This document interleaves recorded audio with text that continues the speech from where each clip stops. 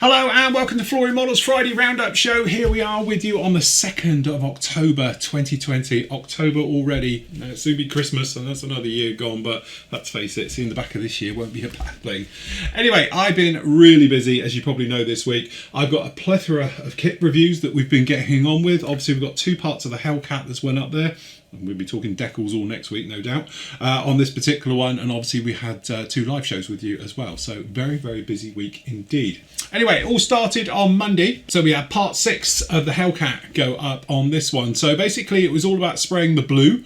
So we had the dark blue Attacker paint onto this one, going right the way over it, and obviously we were talking about laying down a nice gloss finish and then going into the decaling, which, to be honest, at that point was no problem at all. Obviously this is a full video build, it's up for you right now on the forum, okay, but we went through the motions about doing the decals, getting them fitted, put in place, and everything else like that. And to be honest with you, that was all working really well until later on in the week, where it started to fall apart and give us a lot of trouble. But as I said, that's something we're going to talk about Edard decals next week. I've got a good rant for that one, and to be honest, we've got a couple of other rants about Edard at the moment. But as I say, we'll be talking about those more next week as we make our way through. As I say, the kit itself is fantastic. Don't get me wrong, I'm loving this build. It's going together really, really well. No problem with that. The paintwork's gone down flawlessly as well. The weathering has gone on a treat. Decals. That's all I'm going to say. Decals. Anyway, Tuesday was all about obviously the Q&A show, and you can see when the decal went horrendously wrong going through on there. Anyway, we had a great Q&A show. So obviously we were talking all things paint, we were talking about retarders, we were talking about wiring, all your usual questions that we do. So if you've got any questions for me, feel free to post them up on the forum on the Tuesday day. That way I'll get a little bit of time to prepare it, get your questions answered, and if I have to do demos, the various bits and pieces, as you know, I do them during the show that's on there. At the same time as well, we had the actual Baron von Richthofen's triplane. So this is the Fokker triplane.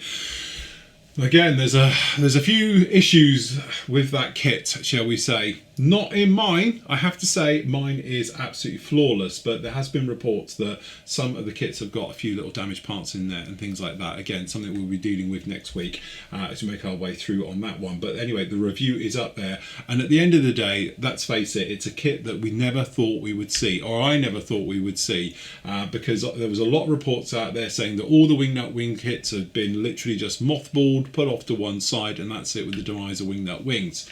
Now we've got wingnut wings have now come to our rescue and actually just got their tooling and just gone for it as well. So this is the wingnut wings kit. Obviously it's done by Meng. In the review you'll see it's pretty much Meng all the way through, because the instructions are definitely not wingnut wings, the decals are definitely not wingnut wings, and various things like that. But the plastic and the moulding is wingnut wings. So we've got a really nice, highly detailed, much sought after Fokker DR1 triplane, an aircraft which again I am amazed has taken this long to come to the market. Okay, Roden did their one, but wingnut wings being World War I aircraft, it's a bit like the Sopwith Camel. It took forever to come out. And then obviously the Fokker triplane, it was their last ones before their demise, and it seems incredible that they went that way through without doing such an iconic aircraft that, let's face it, we all know it. Snoopy flew it. Anyway, the review is up with you right now on with that one. On Wednesday, we had the PM show. So if you haven't never seen the PM show, it's basically me and Matt are co-owners of PM Models UK.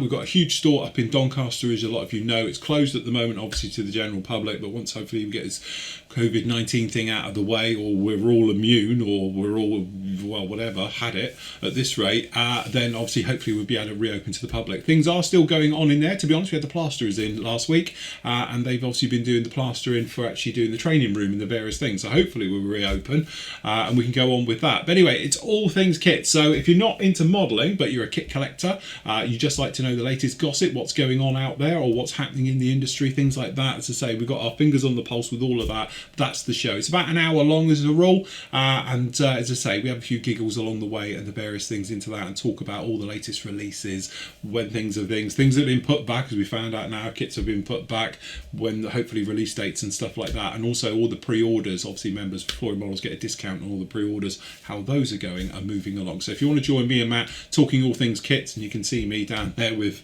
the Seahawks and the latest Kitty Hawk SU30, I think it's 35S, is it? Let me just check. No, it's the 30SM. as well, so you can see all of us on there, so you can catch up with that show. That was actually on Wednesday afternoon. We put that one up.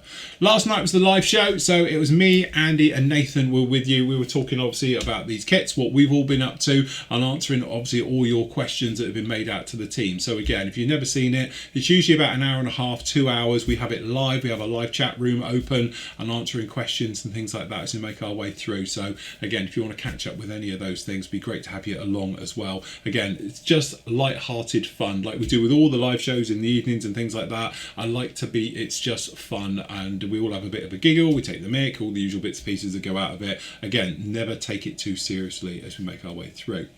Also on Thursday, we actually did the review of the Hobby 2000. So that is technically the Hasegawa 1/72 scale F4C Phantom. And again, they've done the D version with it as well. 2 separate boxings, a great little kit, a classic really, a modern day classic I would call it now.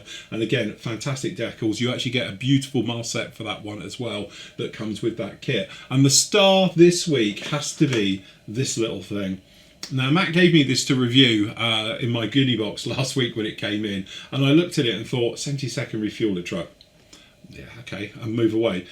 Having reviewed this, I have to say, it is amazing. Now, this is a die cast and obviously plastic, so it's like a mixed media one now, of a 70-second. And I say 70-second because these have been available before, but they've been in 76 00 scale, so it doesn't really fit in with what we do from modelling point of view. So it is an amazing kit. The amount of parts in this and the detail that goes into it are absolutely amazing, and I was blown away. So if one kit this week, you can keep your wingnut Mengs and your Kitty Hawk Seahawks and your fantastic classic Hobby Boss 2000 or Hasegawa Phantoms and things like that, because this kit is my star of the week. And the great thing about this, £8. It's £7.99, and it's a bargain. It is an absolute bargain. It's one of those kits where you would sit down and enjoy, be like a kid building again and have a lot of fun with it. But the detail is absolutely off the chart. I can't believe there's that much detail in a 70-second little kit like that. The tyres has got full tread on it. It's amazing. Very nice. You can see.